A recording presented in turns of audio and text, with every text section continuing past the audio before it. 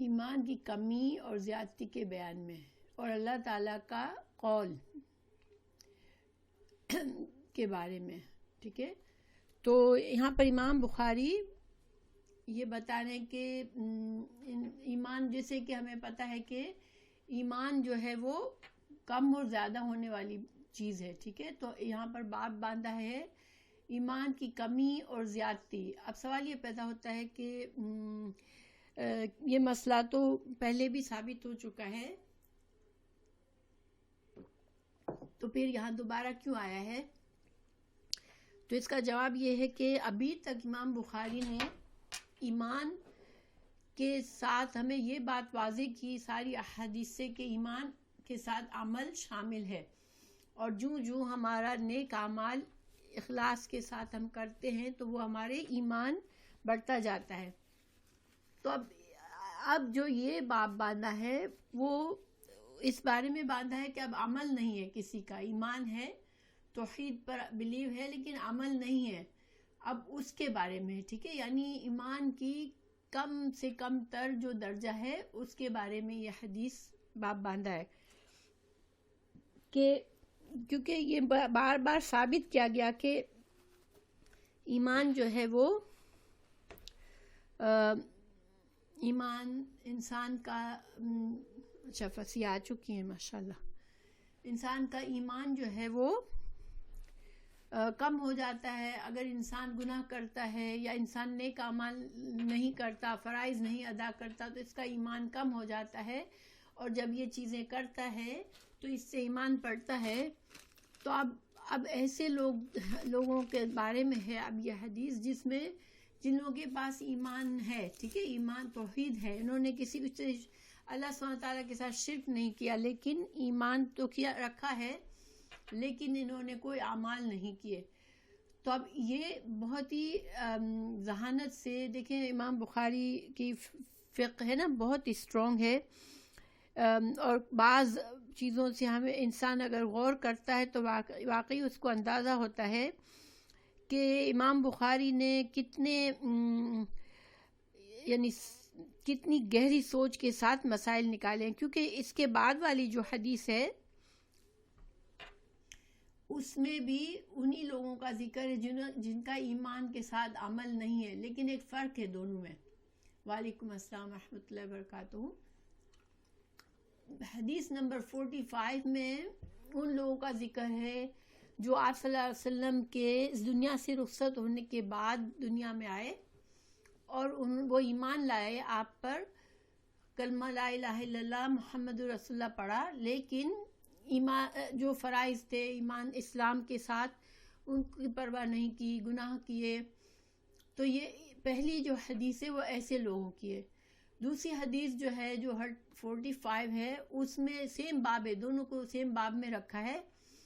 اس میں وہ ان لوگوں کی مثال پیش کی ہے جو رسول اللہ صلی اللہ علیہ وسلم کی زندگی میں ایمان لائے تھے مگر کچھ عمل نہیں کر سکے اور ان کو کوئی عمل نصیب نہیں ہوئے، کوئی فرائض نصیب نہیں ہوئے، صرف کلمہ پڑھا اور دنیا سے رخصت ہو گئے. تو ان کا ایمان اور جو آپ صلی اللہ علیہ وسلم کے بعد کے لوگوں کے جنہوں نے کلمہ پڑھا، زندگی اچھی پوری زندگی گزاری لیکن انہوں نے نیک اعمال نہیں کیے. تو اب ان دونوں میں فرق ہمیں سمجھ آئے گا انشاءاللہ.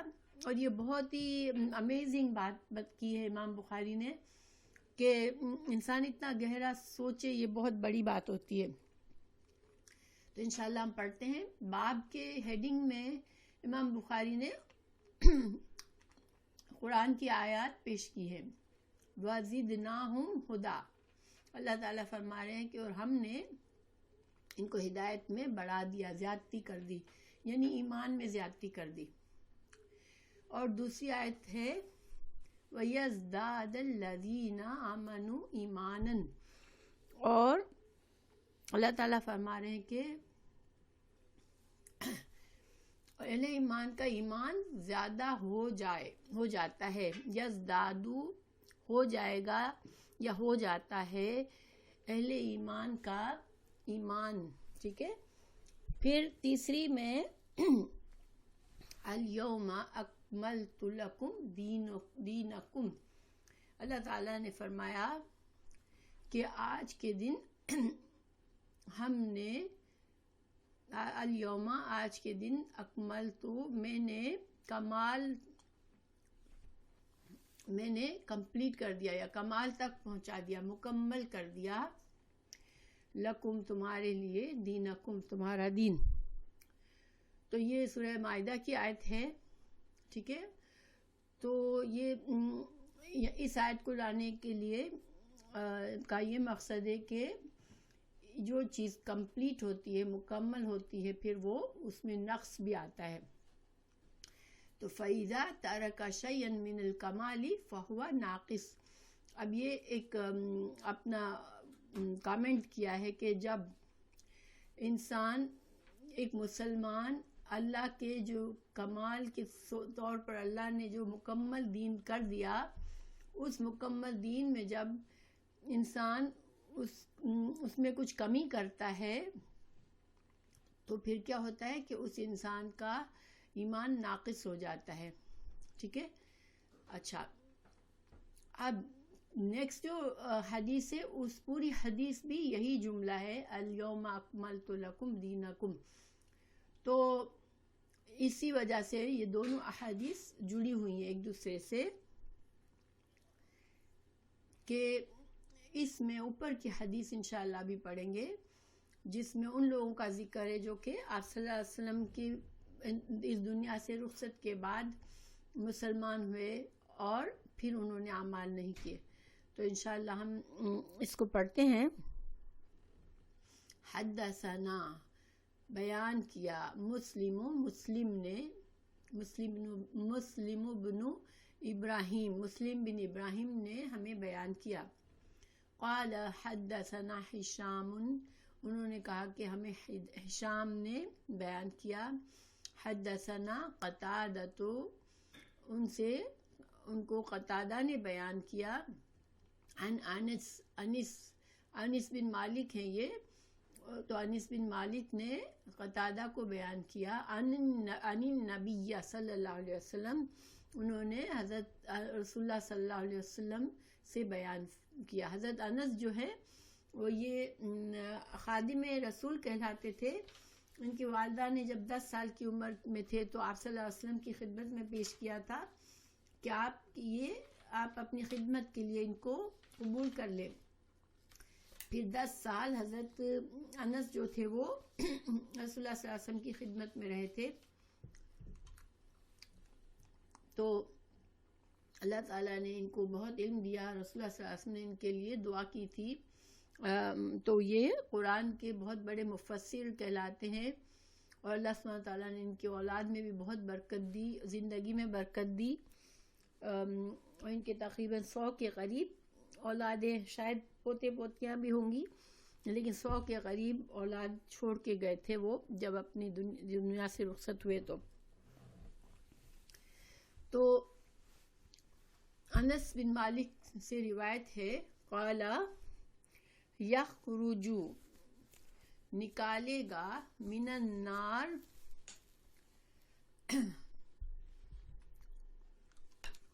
آگ سے، من،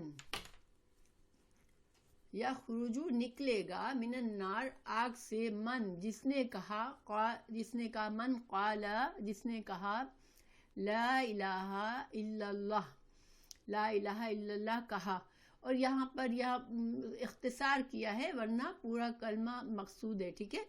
لا الہ الا اللہ محمد الرسول اللہ صلی اللہ علیہ وسلم، کیونکہ رسول اللہ صلی اللہ علیہ وسلم کی بعثت کے بعد صرف لا الہ الا اللہ پورا کلمہ نہیں ہے، ہمیں رسول اللہ صلی اللہ علیہ وسلم پر ایمان لانا اور اس کی تصدیق کرنا بھی ضروری ہے۔ تو لا الہ الا اللہ محمد رسول اللہ، جس نے کلمہ پڑھا، وفی قلبہ، اس حالت میں کلمہ پڑھا کہ اس کے دل میں وزن، میں اس کو تھوڑا بڑا کروں، وزن شعیرتن، شعیر کہتے ہیں جو کے دانے کو، ٹھیک ہے۔ تو جو کے دانے کے وزن کے برابر، من خیرن، خیر تھی۔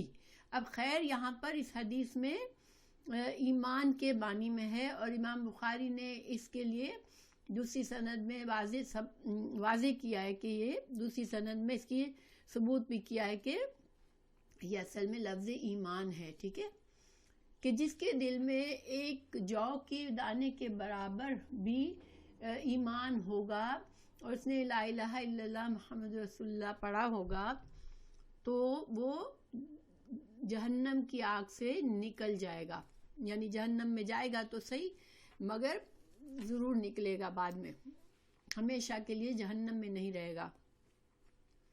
وَيَخْرُجُ اور نکلے گا مِنَ النَّارِ آگ سے، من قالا جس نے کہا لا الہ الا اللہ، وفی قلبہ اور اس کے دل میں، وزن برتن، برہ کہتے ہیں گیہوں کے دانے کو، ایک گیہوں کے دانے کے برابر اگر اس کے دل میں، گیہوں کا دانہ تھوڑا سا چھوٹا ہوتا ہے جو سے، تو اس کے دل میں ایک گیہوں کے دانے کے برابر من الخیر یعنی کہ من الایمان، کہ وہ نکل جائے گا جہنم کی آگ سے، جس کے دل میں ایمان کا ایک گیہوں کے دانے کے تھوڑا سا بھی ایمان ہوگا، یعنی گیہوں کے دانے کے برابر بھی ایمان ہوگا، تو وہ جہنم کی آگ سے نکل جائے گا، اور اس نے لا الہ الا اللہ پڑھا ہوگا، گواہی دی ہوگی۔ اچھا، وَيَخْرُجُ مِنَ النَّارِ اور نکلے گا آگ سے، من قالا جس نے کہا لا الہ الا اللہ محمد رسول اللہ، فی قلبہ وفی قلبہ اس حال میں کہ اس کے دل میں، وزن ذرۃ من خیرن کہ ایک ذرے کے برابر بھی خیر ہو، اور ذرہ ہم ایٹم کو سمجھ سکتے ہیں کہ چھوٹے سے چھوٹی چیز جو ہمیں آنکھ سے نظر بھی نہ آئے، ویسے ذرہ بالکل ایک ذرے کے برابر۔ ویسے تو جب سورج کی روشنی سے جیسے روشن دان کہیں سے آتی ہے تو ہمیں ہوا میں چھوٹے چھوٹے ذرات نظر آتے ہیں جو ورنہ ہمیں نظر نہیں آتے ہوتے ہیں، تو اور ہماری نالج کے مطابق چھوٹے سے چھوٹی چیز ایٹم ہے۔ پلیز، اچھا، اوکے، تو اب یہاں پر تین لیول بتائے، ٹھیک ہے، کہ اتنے کم ترین ایمان کے ساتھ بھی اگر کلمہ پڑھ لیا، ٹھیک ہے، کلمہ شرط ہے، کوئی کہے کہ کسی کے دل میں ایمان تو ہے، توحید ہے، اس نے کبھی کلمہ نہیں پڑھا، تو شاید وہ اس حدیث کے اس کے اوپر یہ حدیث ثابت نہیں ہوگی، ٹھیک ہے، کیونکہ اس میں خاص واضح طور پر کہا گیا کہ جس نے کلمہ پڑھا، اور ایمان اس میں تھوڑا، اس کے اندر تھوڑا سا بھی ایمان تھا تو وہ جہنم سے نکل جائے گا۔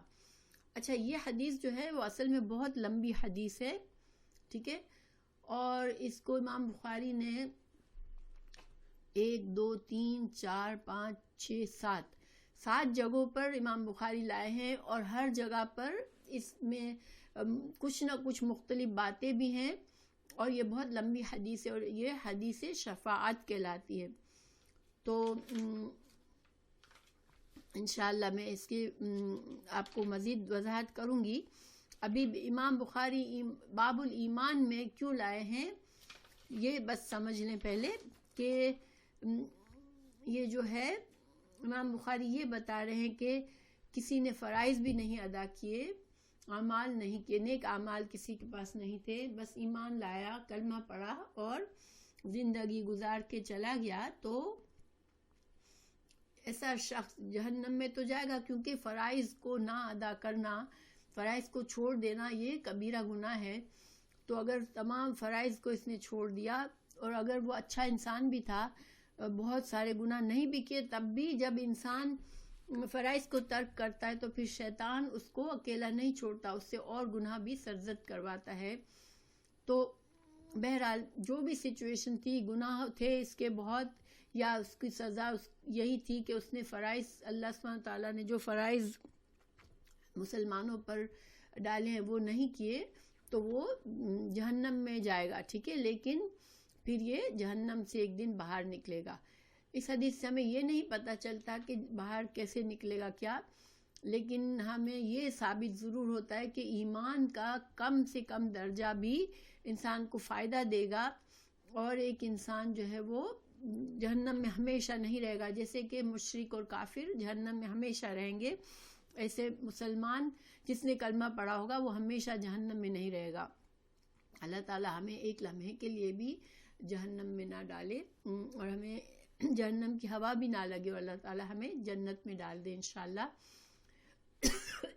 اب دیکھیں اگلی حدیث میں بعد میں کروں گی، لیکن بس چونکہ اس کا تعلق باب سے ہے تو باب کو سمجھنے کے لیے یہ ٹکڑا ضروری ہے سمجھنا کہ حدیث میں یہ ہے کہ الیوم اکملت لکم دینکم. میں اس کا ترجمہ پڑھ لیتی ہوں اس حدیث میں سند چھوڑ کے کہ حضرت عمر بن خطاب اس کے راوی ہیں. وہ کہتے ہیں کہ ایک یہودی نے ان سے کہا کہ اے امیر المومنین، تمہاری کتاب قرآن میں ایک آیت ہے جسے تم پڑھتے ہو، اگر وہ ہم یہودیوں پر نازل ہوتی تو ہم اس کے نزول کے دن کو یوم عید بنا لیتے. آپ نے پوچھا وہ کون سی آیت ہے؟ اس نے جواب دیا سورہ مائدہ کی یہ آیت، آج میں نے تمہارے دین کو مکمل کر دیا اور اپنی نعمت تم پر تمام کر دی اور تمہارے لیے دین اسلام پسند کر لیا. تو یہ سورہ مائدہ کی آیت نمبر 3 ہے. ٹھیک ہے، اب یہاں امام بخاری اس کو کیوں لائے ہیں؟ امام بخاری یہ ثابت کر رہے ہیں کہ آپ صلی اللہ علیہ وسلم کی زندگی میں تمام فرائض ایک ساتھ تو نازل نہیں ہو گئے تھے. مکہ کی زندگی میں 10 سال آپ رہے تو اس وقت فرائض میں نہ 5 نمازیں فرض ہوئی تھی، نہ زکوٰۃ جو فرض زکوٰۃ ہے وہ فرض ہوئی تھی، نہ رمضان کے روزے ہوئے تھے، نہ حج، نہ یہ 5 رکن ارکان ہیں جو دین کے، اس میں سے 4 بڑے بڑے فرائض ارکان جو تھے وہ تو نازل ہی نہیں ہوئے تھے. اب مکہ کی زندگی میں جو انسان ایمان لایا تو اس کو صرف توحید کا اقرار کرنا تھا، آخرت میں بلیو کرنا تھا، اور جو بڑے بڑے گناہ تھے اس سے بچنا تھا. تو اب ایسے انسان نے کوئی فرائض بھی نہیں کیے، کچھ بھی نہیں کیے، تو اب وہ اسی وقت اس زمانے میں اس کا انتقال ہو گیا مدینہ ہجرت کے وقت سے پہلے ہی. تو اب اس کا بھی ایمان کیا ناقص ہوا، کیونکہ ابھی تک امام بخاری یہی ثابت کر رہے تھے کہ ایمان اعمال کے بغیر ایمان ناقص ہوتا ہے. تو اب ایسا انسان مر گیا کہ ابھی تو فرائض اور بہت سے شریعت کے احکامات حلال حرام کے نازل بھی نہیں ہوئے تھے، اور یہ انسان مر گیا ایمان لا کر، تو پھر اس کے پاس تو اعمال نہیں تھے، تو پھر اس کا ایمان کس کام کا تھا؟ تو دیکھیں اس کے لیے سب سے بڑی مثال ہمارے پاس حضرت خدیجہ رضی اللہ عنہا کی ہے کہ حضرت خدیجہ پہلی مسلمان تھیں، اور جب ان کا انتقال مکہ کی زندگی میں ہوا انہوں نے آپ صلی اللہ علیہ وسلم کے ساتھ فوراً ایمان لائی اور آپ کا ساتھ دیا اس مشن میں، آپ کو اچھی طرح سپورٹ کیا. لیکن انہوں نے کوئی 5 فرض نمازیں نہیں پڑھی، کوئی روزہ نہیں رکھا، جو رمضان کے روزے جو نہیں فرض بھی نہیں ہوئے تھے کچھ بھی، تو آپ نے کچھ بھی فرائض ابھی آئے ہی نہیں تھے احکامات، اور آپ کا انتقال ہو گیا. لیکن حضرت خدیجہ کا کیا ایمان ناقص تھا؟ کیا ہم یہ سمجھتے ہیں کہ حضرت خدیجہ چونکہ انہوں نے اعمال کی کمی تھی ان کے، تو ان کا ایمان ناقص سمجھ سکتے ہم؟ کہ جن کی اللہ سبحانہ تعالیٰ نے، جن کے بارے میں اللہ نے سلام بھیجا، جن کو حضرت جبرائیل علیہ السلام نے سلام دیا اور ان کو جنت کی عورتوں کی سردار بنایا جن کو، تو وہ ہائیسٹ درجے پر تھا ان کا ایمان. ٹھیک ہے، لیکن ان کے ایمان میں اعمال نہیں ہوئے تھے. مگر کیوں ان کا ایمان مکمل تھا؟ کیونکہ جتنا دین اس وقت نازل ہوا وہ پورے اخلاص سے انہوں نے قبول کر لیا. اللہ سبحانہ تعالیٰ نے جو بھی کچھ نازل فرمایا اس پر ایمان لائیں اور اخلاص کے ساتھ، تو پھر ان کا ایمان بغیر اعمال کے بھی ہائیسٹ لیول کا تھا، مکمل ایمان تھا. تو یہ 2 مختلف سچویشنز بتائی ہیں امام بخاری نے. لیکن آج کے دور میں یا جو آپ صلی اللہ علیہ وسلم کے بعد کے دور کے لوگ، ان کے لیے فرائض ادا کرنا مست ہے. اگر فرائض کبھی ادا نہیں کرتے تو وہ اس کبیرہ گناہ کی وجہ سے جہنم میں جائیں گے، اور پھر یہ لوگ جہنم سے ایک دن نکالے جائیں گے، کیونکہ انہوں نے اخلاص کے ساتھ کلمہ پڑھا اور توحید پر ایمان لائے۔ اب ظاہری بات ہے کہ ان کی موت بھی شرط یہ کہ موت بھی ایمان پر آئی ہو۔ اگر ایک انسان کلمہ کسی وقت پڑھتا ہے اور مر جاتا ہے، لیکن مرتے وقت وہ مسلمان ہونے سے انکار کر دیتا ہے اور مرنے سے پہلے کوئی شرکیہ کام کر لیتا ہے، تو نیچرلی کہ اس کا ایمان بھی ضائع ہو جاتا ہے۔ تو یہ امام بخاری اس مقصد کے لیے لائے ہیں۔ اب یہ حدیث جو ہے، جیسے میں نے بتایا، بہت لمبی ہے اور اس میں بہت سے مسائل اس سے امام بخاری نے لیے ہیں۔ تو انشاءاللہ میں ایک اور حدیث پڑھتی ہوں جو میں نے پرنٹ کی ہے، لیکن اس میں پرابلم مجھے یہ آیا کہ میں ساری احادیث پرنٹ نہیں کر سکتی تھی، کیونکہ پھر ہم کو پڑھنی پڑتی اور لمبی حدیثیں ہیں یہ، اور اس میں ریپیٹیشن سارا ہے اور کچھ نہ کچھ نئی بات ہے، ہر حدیث میں کچھ نہ کچھ نئی بات ہے۔ صرف آپ کو اندازے کے لیے تھوڑا سا بتاتی ہوں کہ اس کی کتنی زیادہ اس کی سندیں ہیں اس حدیث کی، تو اس کا تھوڑا اندازہ آپ کو بتانے کے لیے میں تھوڑا سا اس کی سند کے بارے میں بتاتی ہوں آپ کو۔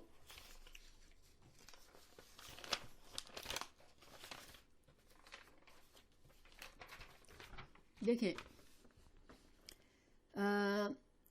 شفاعت، اور اس کو حدیث شفاعت کہتے ہیں، ٹھیک ہے؟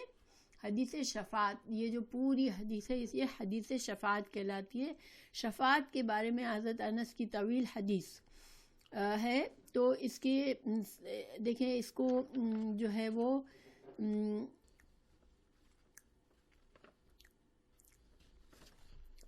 صرف اگر آپ کو صحابہ کرام کے نام بتاؤں تو بھی حضرت انس نے روایت کیا اس کو، پھر ان کے شاگردوں کے ذریعے ایک سند بنی، پھر حضرت ابو ہریرہ نے بھی روایت کیا ہے، اور اس کو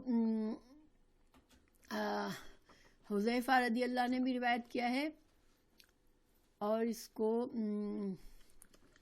ابوبکر صدیق نے، حذیفہ اکٹھے، اچھا، حضرت حذیفہ پھر ابوبکر صدیق، یعنی صرف صحابہ میں بھی 5 صحابہ۔ تو آپ کے امیجن کر سکتے ہیں کہ پھر ان کے شاگرد، پھر ان کے شاگردوں کے شاگرد، تو کتنی ساری سندیں ہوں گی اس حدیث کی۔ تو انشاءاللہ میں یہ جو لمبی حدیث ایک ہے وہ پڑھ لیتی ہوں، اور اس کے بعد میں آپ لوگوں کو اس کے مسائل بتاتی ہوں۔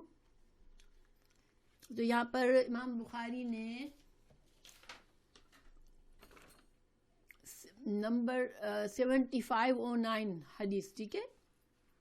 تو 7509 جو ہے وہ اس کی جو کتاب ہے، یہ کتاب توحید میں امام بخاری اس حدیث کو لائے ہیں، اور اس کا ترجمہ صرف پڑھتی ہوں میں۔ رسول اللہ صلی اللہ علیہ وسلم نے فرمایا کہ قیامت کے دن میری شفاعت قبول کی جائے گی، میں کہوں گا اے رب، جس کے دل میں رائی کے دانے کے برابر بھی ایمان ہو، اس کو بھی جنت میں داخل فرما دے۔ ایسے لوگ جنت میں داخل کر دیے جائیں گے، میں پھر عرض کروں گا اے رب، جنت میں اسے بھی داخل کر دے جس کے دل میں معمولی سا بھی ایمان ہو۔ انس رضی اللہ نے کہا کہ گویا میں اس وقت بھی حضرت صلی اللہ علیہ وسلم کی انگلیوں کو دیکھ رہا تھا، یعنی آپ صلی اللہ علیہ وسلم حدیث کو بیان کرتے وقت انگلی سے اشارہ کر کے سمجھا رہے ہوں گے، تو اس کو بھی جیسے انہوں نے اس طرح سے بتایا کہ میں جب یہ حدیث بیان فرما رہے تو آپ صلی اللہ علیہ وسلم انگلی سے اس طرح اشارہ بھی کیا تھا۔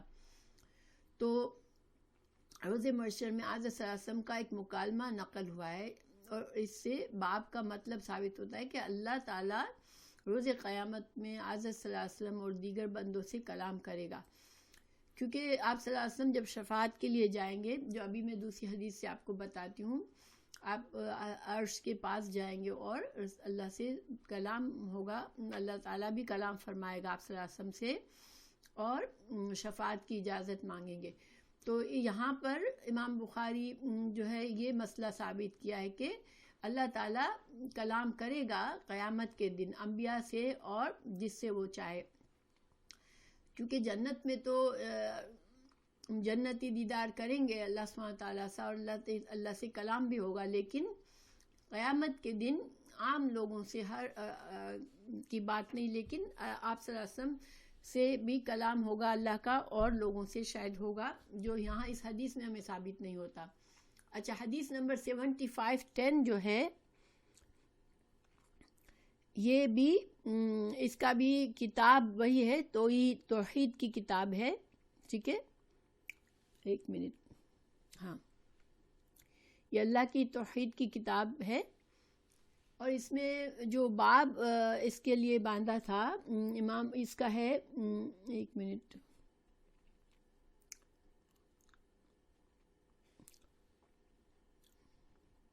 اوپر تھی یہ اور یہ، اس دونوں کا باب ایک ہی ہے، لیکن یہ یہاں پر لمبی ہے، یہ والی حدیث لمبی بیان کی گئی ہے اور وہ اوپر والی مختصر ہے، تو اس کو ہم پڑھتے ہیں۔ حضرت انس رضی اللہ عنہ اپنے محل میں تھے، اور اچھا نہیں، اس کو شروع سے پڑھنا پڑے گا۔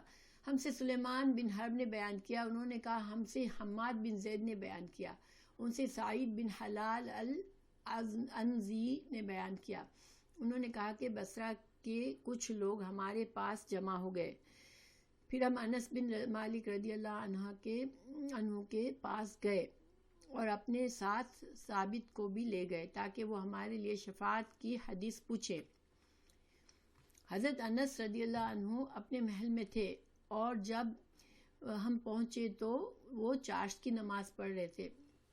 دیکھیں ماشاءاللہ یہاں اپنا محل میں بتایا ہے، کیونکہ حضرت انس کی اتنی اولادیں تھیں، اللہ تعالیٰ نے ان کو مال میں بھی اتنی برکت دی، عمر میں برکت دی، اور کہ ان کو بڑے سے گھر میں رہنا پڑتا ہوگا کیونکہ ان کی کافی اولادیں تھیں، تو اور بصرہ ہی میں یہ انتقال ان کا ہوا تھا، بہت لمبی عمر میں انتقال ہوا، اور یہ آخری صحابی تھے بصرہ کے، جب یہ دنیا سے رخصت ہوئے تو بصرہ میں کوئی اور صحابی باقی نہیں رہے تھے، تو رضی اللہ عنہ اپنے محل میں تھے، اور جب ہم پہنچے تو وہ چاشت کی نماز پڑھ رہے تھے، ہم نے ملاقات کی اجازت چاہیے اور ہمیں اجازت مل گئی، اس وقت وہ اپنے بستر پر بیٹھے تھے، ہم نے ثابت سے کہا تھا کہ حدیث شفاعت سے پہلے ان سے اور کچھ نہ پوچھنا، چنانچہ انہوں نے کہا اے ابو حمزہ، یہ آپ کے بھائی بصرہ سے آئے ہیں اور آپ سے شفاعت کی حدیث پوچھنا چاہتے ہیں، انہوں نے کہا کہ ہم سے محمد صلی اللہ علیہ وسلم نے بیان کیا۔ ایک چیز اور نوٹ کریں کہ لوگ اس زمانے میں حدیث کا اتنا شوق رکھتے تھے کہ ان کو پتہ ہوتا تھا کہ کوئی عالم ہے، کسی کے پاس حدیث کا علم ہے تو سفر کر کے جاتے تھے اس کے پاس حدیث سننے کے لیے۔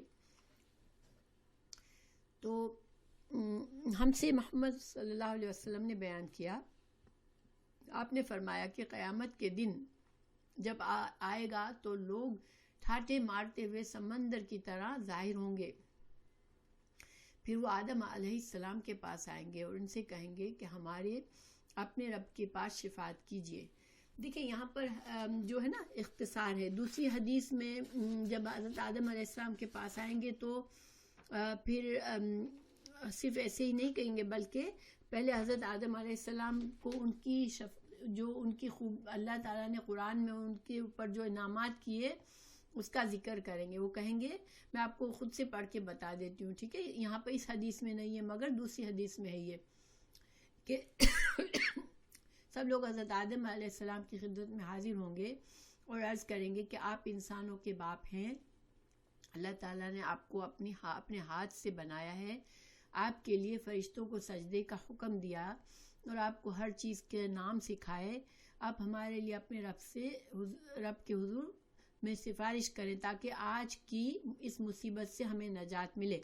اب یہ مصیبت کیا تھی؟ حشر کا میدان میں انسانوں کا حال جو ہوگا وہ بھی اسی حدیث کسی ایک اور سند سے اس حدیث میں آیا ہے کہ سورج جو ہوگا وہ 1 میل کے فاصلے پر ہوگا، اور اس قدر گرمی ہوگی اور بھوکے پیاسے ہوں گے لوگ، اور اتنا لمبا دن ہوگا، اور پسینے کا یہ حال ہوگا کہ پسینے کے دریا بہ رہے ہوں گے، ایون جو مومن لوگ ہوں گے ان کا پسینہ بھی جیسے بالکل ان کے منہ تک آ رہا ہوگا، اتنا پسینہ ہو گیا ہوگا۔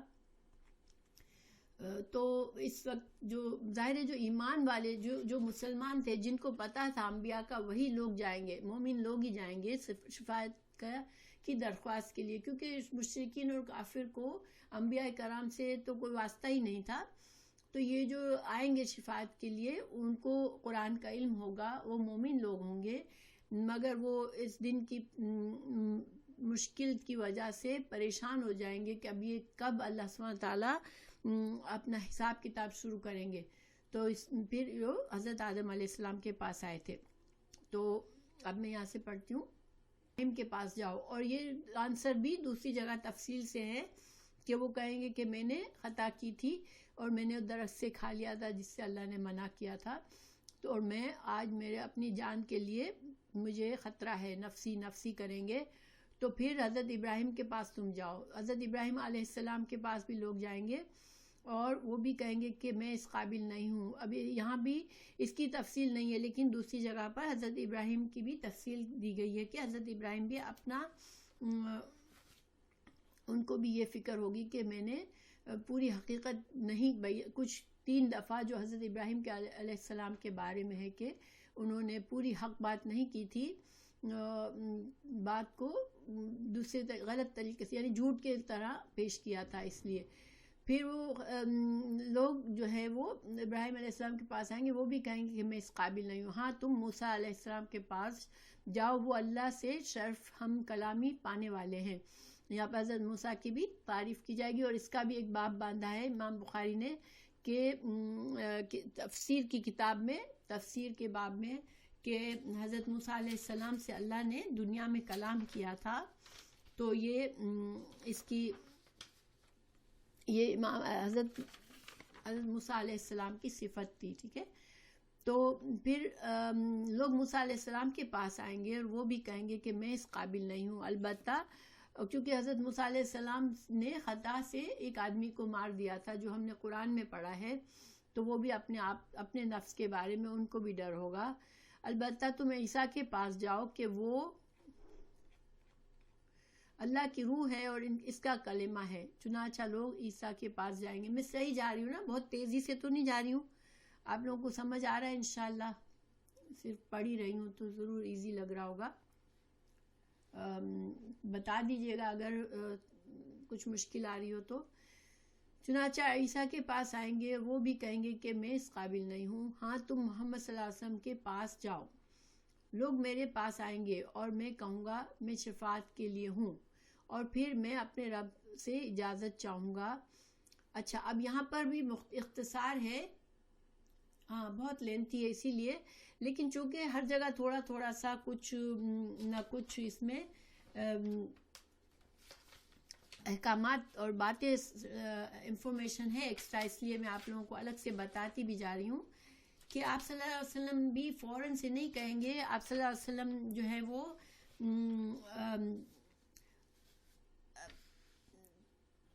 حشر کے میدان سے اللہ سبحانہ تعالیٰ کے پاس جائیں گے، اللہ کے عرش کے پاس جائیں گے، اور پھر جو ہے سجدے میں چلے جائیں گے اور اللہ تعالیٰ ان کو ایسی تعریفی الفاظ بتائیں گے. میں یہاں سے پڑھتی ہوں انشاءاللہ. تو پھر میں شفاعت کے لیے اور پھر میں اپنے رب سے اجازت چاہوں گا اور مجھے اجازت دے دی جائے گی، اور اللہ تعالیٰ تعریفوں کے الفاظ مجھے الہام کرے گا جن کے ذریعے میں اللہ کے حمد بیان کروں گا جو اس وقت مجھے یاد نہیں ہے. یعنی دنیا میں آپ صلی اللہ علیہ وسلم کو یاد نہیں تھا کہ کون سے کلمات اللہ نے اس وقت سکھائے. اچھا، یہاں پر دوسری حدیث میں ہے کہ اللہ سبحانہ تعالیٰ تجلی فرما ہوگا عرش پر، تو گویا کہ اس وقت آپ صلی اللہ علیہ وسلم اللہ سبحانہ تعالیٰ کی تجلی بھی نصیب ہوگی اور اللہ سبحانہ تعالیٰ کا قرب نصیب ہوگا، اور اللہ تعالیٰ کی حمد و ثنا کریں گے جو کہ اس سے پہلے کبھی نہیں ہوئی. تو اور اللہ تعالیٰ آپ صلی اللہ علیہ وسلم کو اجازت دے گا کہ اے محمد اپنا سر اٹھاؤ، جو کہو وہ سنا جائے گا، جو مانگو گے وہ دیا جائے گا، جو شفاعت کرو گے قبول کی جائے گی. پھر میں کہوں گا اے رب میری امت میری امت. اچھا، یہاں پر جو ہے آپ صلی اللہ علیہ وسلم اس وقت حشر، یہ جو آپ صلی اللہ علیہ وسلم کا عرش کے پاس جانا ہے، یہ جو ہم دعا پڑھتے ہیں اذان کے بعد کہ اللہ تو محمد صلی اللہ علیہ وسلم کو، محمد صلی اللہ علیہ وسلم کو مقام محمود نصیب کر، تو یہ جو ہے مقام محمود اس وقت ہے جب آپ صلی اللہ علیہ وسلم عرش پر جائیں گے اور اللہ سبحانہ تعالیٰ سے شفاعت کے لیے. اور یہ شفاعت جو ہے شفاعت عظمیٰ، عظیم شفاعت جو ہے وہ ہے جس پر تمام انسانیت رش کرے گی آپ صلی اللہ علیہ وسلم پر.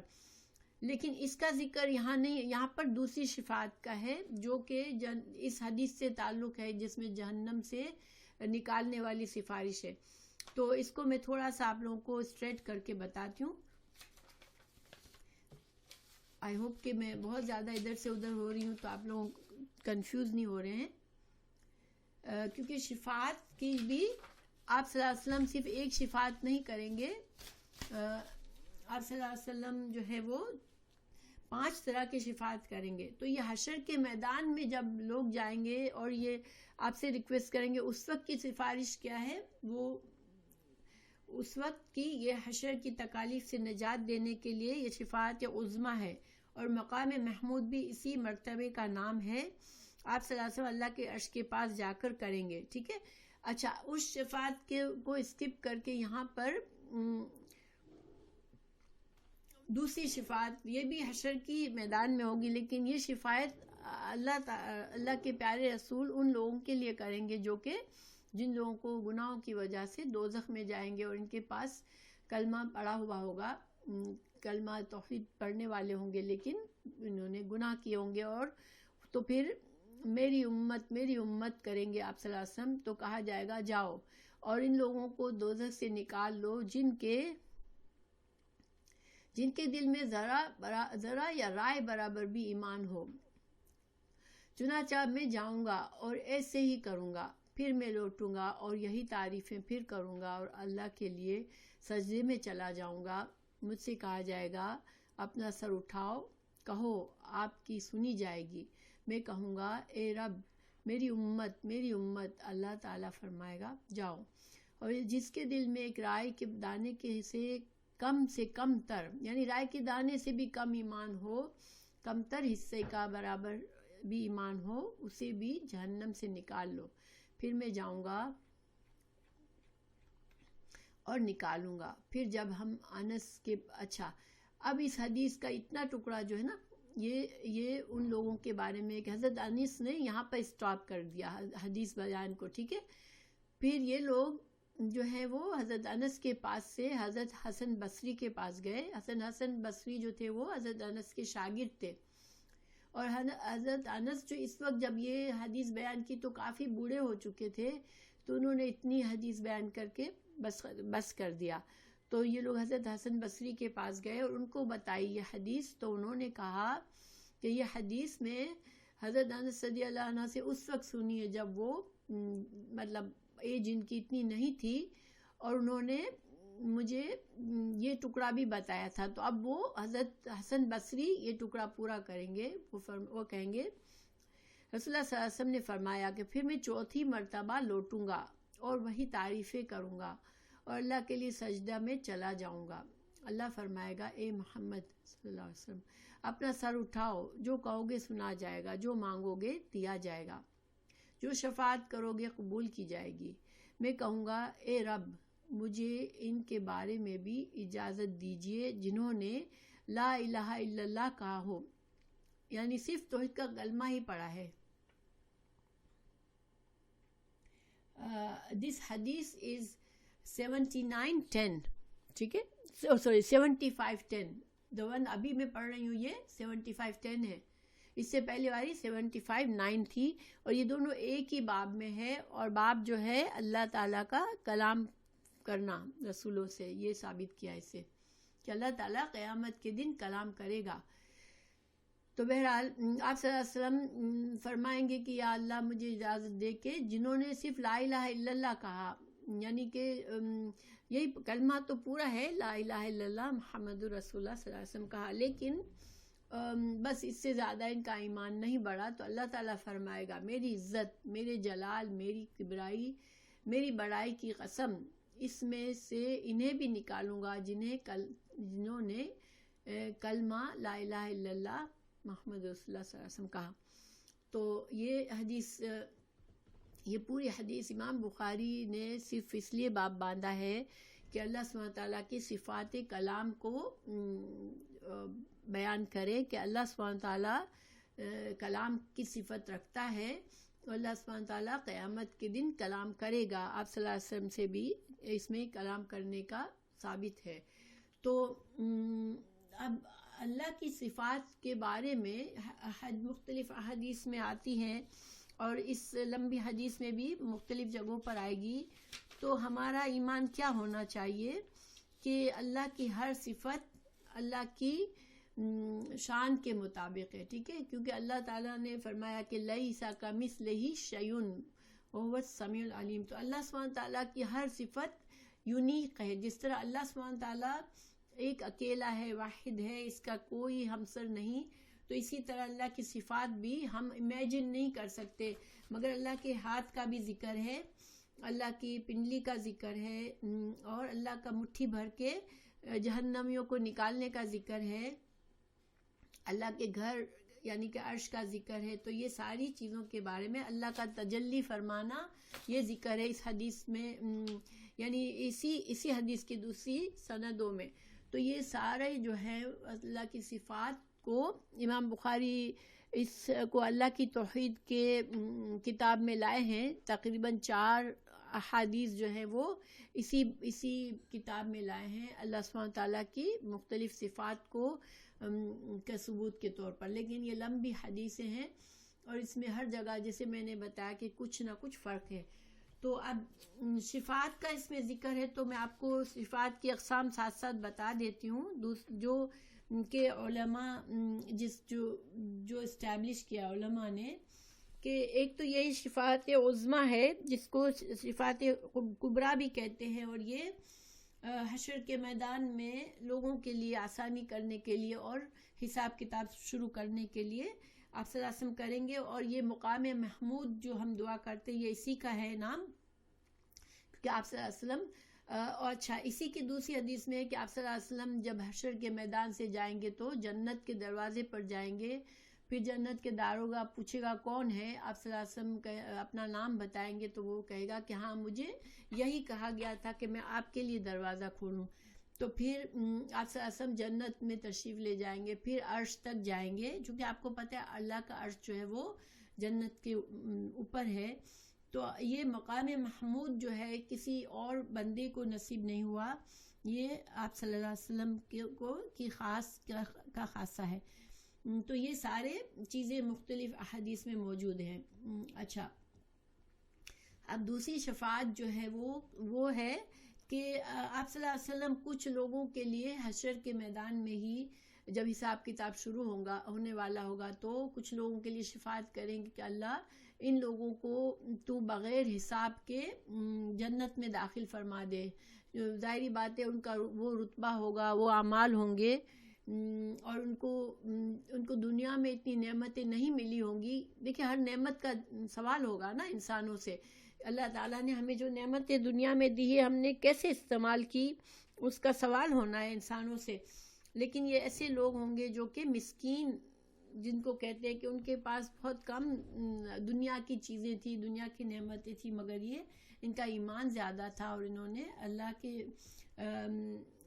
کے بندگی اور اللہ کے اس ایمان کے لحاظ سے جو کام کاج کیے یا اللہ پر توکل کیا، تو ان کو بغیر حساب کتاب کے جنت میں ڈالا جائے گا. اب بغیر حساب کتاب کے کتنے لوگ جنت میں جائیں گے اس کے بارے میں ایک حدیث ہے، یہ میں آپ کو بتاتی ہوں انشاءاللہ کہ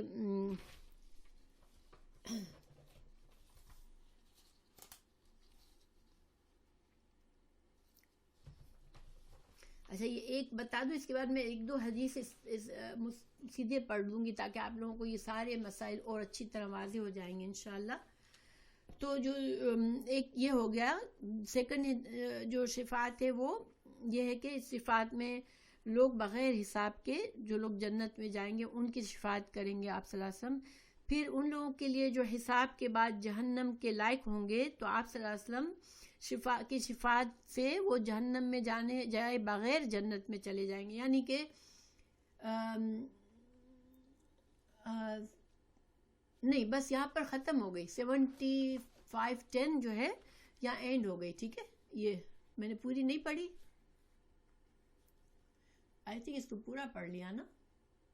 لیکن جو ابھی جو میں آپ کو بتا رہی ہوں، جو کہ میں نے جیسے بتایا کہ اس حدیث کی بہت سی جگہوں پر امام بخاری لائے ہیں اور ہر جگہ بہت لمبی حدیث لائے ہیں اور اس میں کچھ نہ کچھ زیادتی ہے، کمی ہے. یعنی کہ جیسے کہ میں نے بتایا کہ اتنے صحابہ نے اس کو روایت کیا ہے اور اتنے ان کے تابعین نے روایت کیا ہے، تو پھر صحابہ کرام نے ہر صحابی کے نے شاید وہ کچھ ٹکڑا بتایا اور کچھ ان کو یاد رہا، کچھ نہیں رہا. کیونکہ یہ ہو سکتا ہے نا کہ کوئی بھی انسان ایک محفل میں بیٹھا ہے اور پوری بات، کسی کا پورا لیکچر ورڈ ٹو ورڈ جو ہے یاد نہیں رہ سکتا. تو اس وجہ سے اس حدیث میں کہ بہت سی جتنی الگ الگ سندیں ہیں اتنے الگ الگ الفاظ بھی ہیں.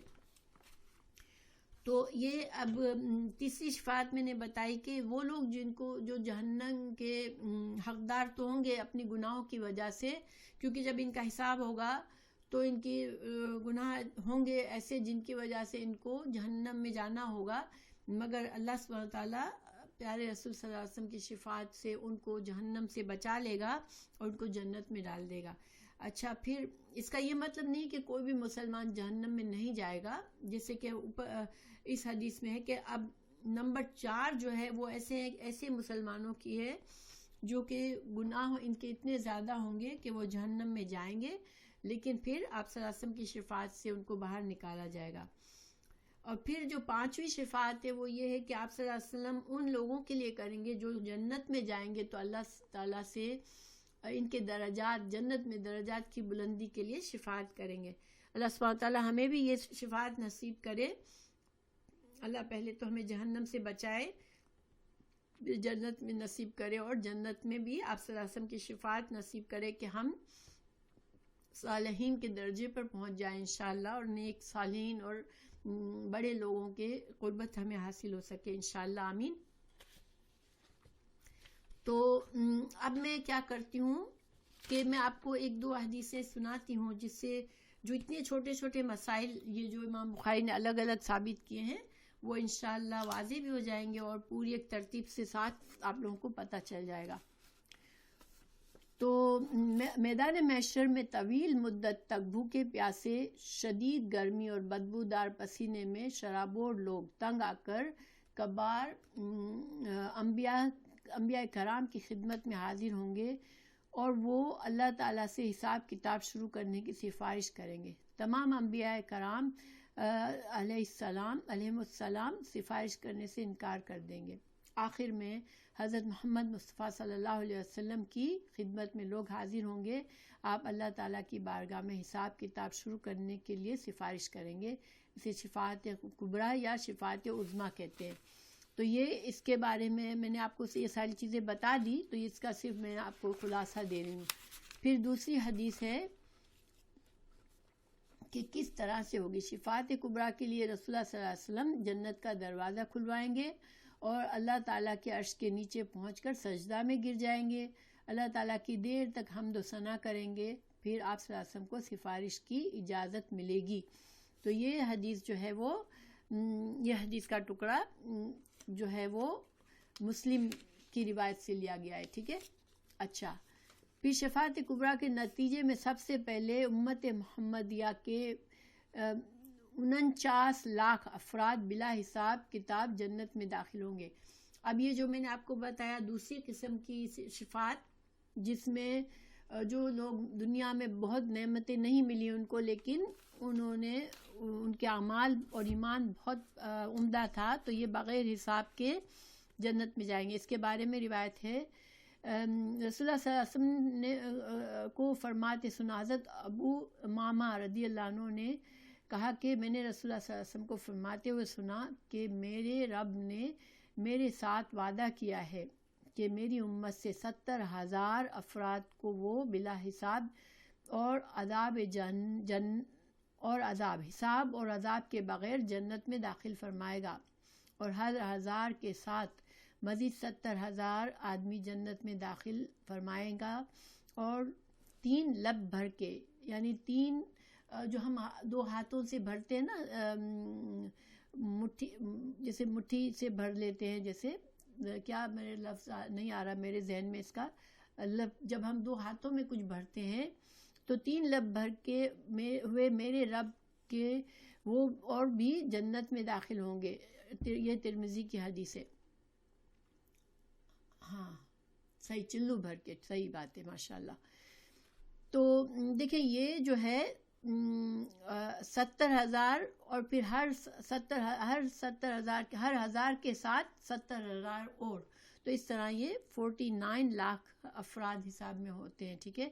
اللہ ہمیں ان میں بنا دے کہ بغیر حساب کے چلے جائیں، اور یہ لوگ جنت میں 500 سال پہلے چلے جائیں گے، ابھی حساب کتاب نہیں شروع ہوا گا، اور یہ لوگ جنت میں چلے جائیں گے۔ اچھا، پھر دوسری حدیث ہے، آپ صلی اللہ علیہ وسلم کی سفارش کے نتیجے میں پہلے جو کے برابر ایمان رکھنے والے مسلمان جہنم سے نکالے جائیں گے، پھر چیوٹی یا رائے کے برابر ایمان رکھنے والے مسلمان جہنم سے نکالے جائیں گے، پھر آخر میں چیوٹی یا رائے سے کم ایمان رکھنے والے مسلمان جہنم سے نکال لیے جائیں گے۔ یہ بھی ہم نے پڑھ لیا ماشاءاللہ۔ اس کے علاوہ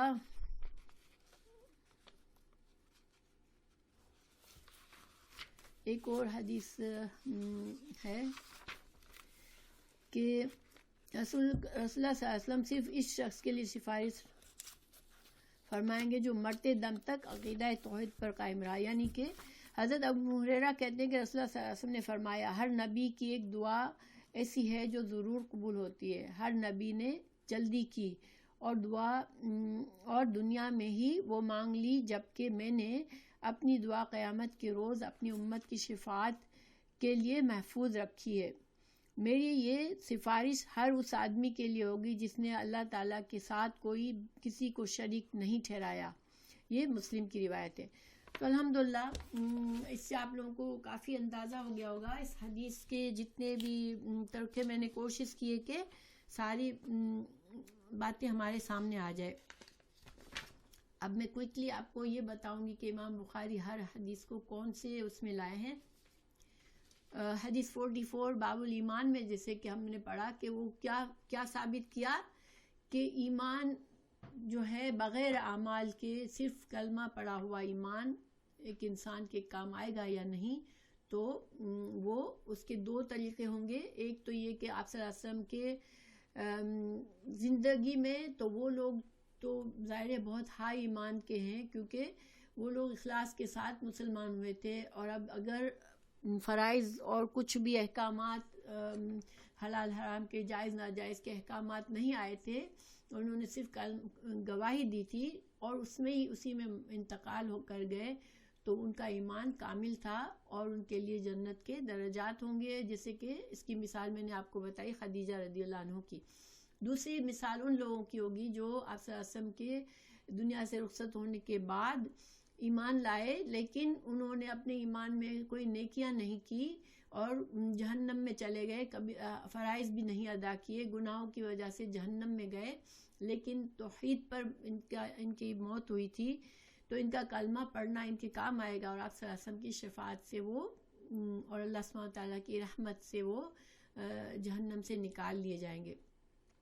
تو اس سے امام بخاری نے یہ مسئلہ ثابت کیا کہ ایمان اگرچہ اعمال اس کو کامل کرتے ہیں، انسان کو اس کے نیک اعمال کامل کرتے ہیں ایمان کو، اور ایمان کا حصہ ہے اعمال کے بغیر ایمان اکیلا ناقص ہے، لیکن یہ ناقص ایمان بھی لوگوں کو کم از کم اگر اخلاص اس میں بھی ہوگا تو جنت میں ضرور جائیں گے، کلمہ پڑھنے میں ہی اخلاص ہوگا تو وہ جنت میں ایک نہ ایک دن ضرور جائیں گے، یہ ثابت کیا امام بخاری نے۔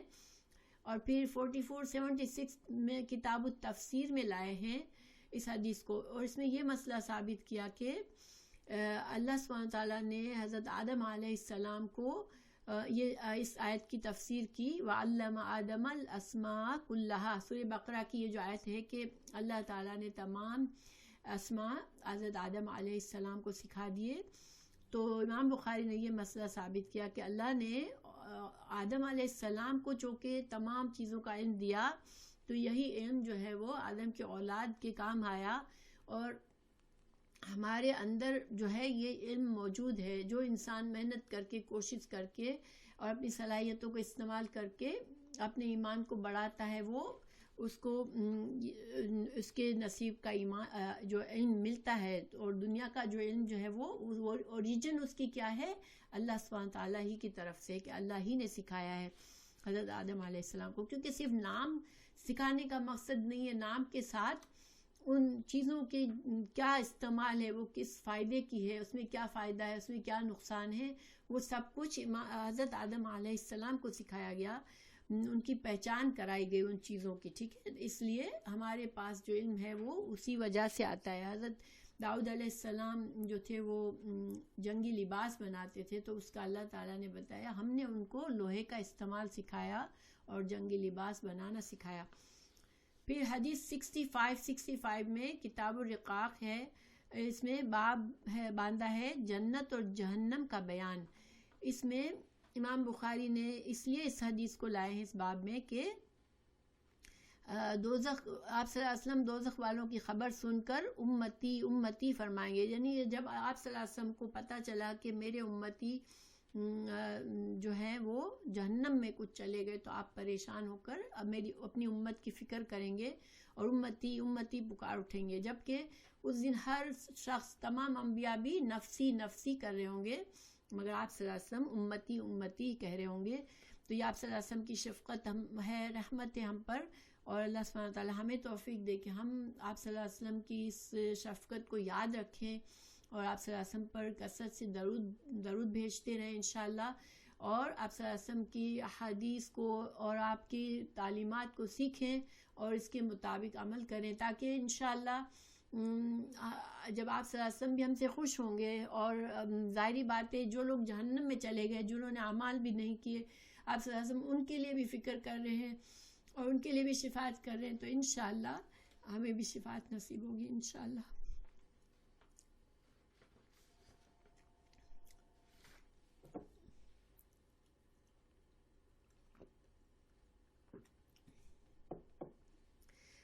تو امام بخاری نے یہ مسئلہ ثابت کیا کتاب الرقاق میں، دل نرم کرنے والی باتیں.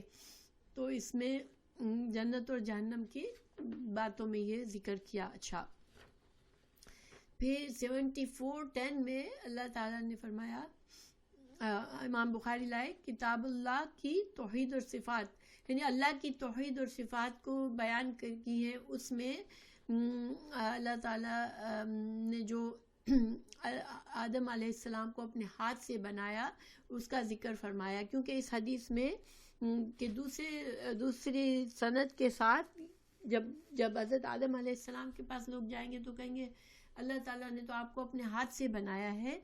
تو یہ اس ٹکڑے کو استعمال کر کے اللہ سبحانہ تعالیٰ کے ہاتھوں کی صفت کی دلیل بنائی ہے اس کو، کہ آپ اللہ سبحانہ تعالیٰ کے ہاتھ ہیں. اور دوسرا یہ کہ اللہ نے آدم کو یہ اکرام دیا کہ اپنے ہاتھ سے بنایا. پھر 74:40 میں کتاب اللہ کی توحید اور صفات کا بیان میں دوبارہ یہ سورہ القیامہ میں اللہ تعالیٰ کا جو ارشاد ہے اس دن بعض چہرے تر و تازہ ہوں گے اور اپنے رب کو دیکھنے والے ہوں گے. تو اس اللہ سبحانہ تعالیٰ کے چہرے کی صفت کو بیان کرنے کے لیے اس کو ذکر فرمایا. اس بات میں کچھ حدیث لائے ہیں امام بخاری جن میں اللہ تعالیٰ کی صفات کا ذکر فرمایا ہے. رسول اللہ صلی اللہ علیہ وسلم مقام محمود پر رفع کا درجہ نصیب ہوگا. اللہ تعالیٰ اس وقت تجلی فرما ہوگا اور عرش معلیٰ پر ہوگا.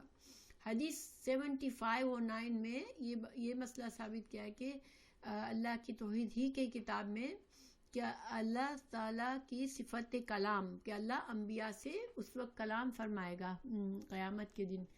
پھر 75:10 میں بھی جو یہ دو حدیثیں میں نے آپ کو پڑھی ہیں ابھی، 75:9 اور 75:10.